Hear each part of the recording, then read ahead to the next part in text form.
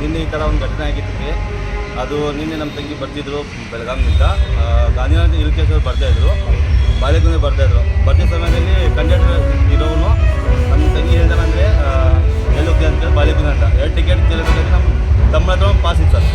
Pass ಇದ್ದ ಖುಷಿ ಇವು ನಮ್ಮ ತಮ್ಮನ ನಮ್ಮ ತಂಗಿಗೆ ಗುಡಿ ನಾನು ಒಂದು ಇದನ್ನು ತಗೋ ಪಾಸ್ ಐತಿ, ನೀವು ಒಂದು ಟಿಕೆಟ್ ತೊಗೊಂತಂದ. ಈ ಟಿಕೆಟ್ ಬಗ್ಗೆ ಪೊಲೀಸ್ ಎಲ್ಲ ಗೊತ್ತು ಹಿಂಗೆ ತಪ್ಪ ಮಾತಾಡ್ದ ಹುಡುಗಿ ಬಗ್ಗೆ.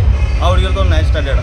ಹಂಗಾಗಿ ಖುಷಿ ಇವು ಕಂಡಕ್ಟರು ಅವ್ನ ಬಗ್ಗೆ ತಪ್ಪಾಗಿ ಏನು ಮಾಡ್ತಿ, ನಿಮಗೆ ನಾವು ಕರ್ನಾಟಕ ಎಜುಕೇಷನ್ ನಿಮಗೆ ಗೊತ್ತೊಂದು ಕನ್ನಡ ಮಾಡೋಲ್ಲ ಅಂತ ಕ್ಯಾಶ್.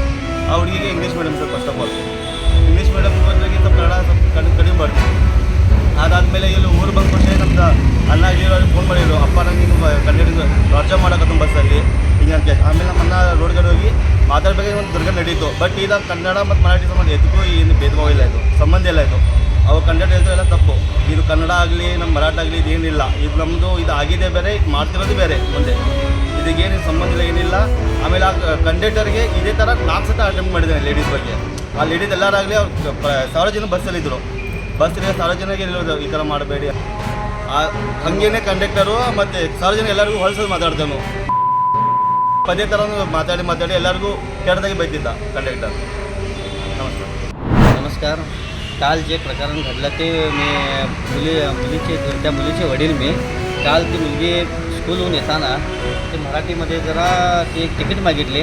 ते तिकीट मागितल्यामुळं त्या कंडक्टरने मला कन्नडमध्ये सांग म्हटले. माझी मुलगी म्हटली की तिकीट कन्नडमध्ये मला अंकल कन्नड येत नाही, मी मराठीत सांगतो आणि असं सांगितल्यानंतर नाही मला का मराठी तू कन्नड सांगायला पाहिजे म्हणून तिला जरा बळजबरी केला.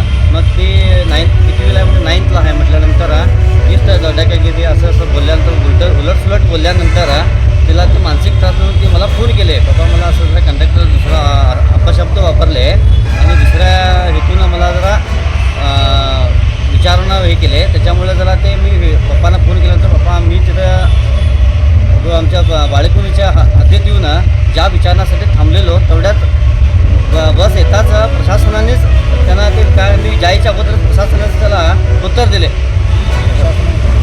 हां, लोकांनी तिथं जरा उत्तर दिले त्यांना. ते म्हणजे त्याला काय विचारायचं विचारले. मी जायच्या अगोदर त्यांनी लोक तिथे थांबलेलीच आमच्या गावच्या मुलीला काय तू असा वाईट अपशब्द बोलला असेल लहान मुलीला म्हणून असं ते जाऊन त्याला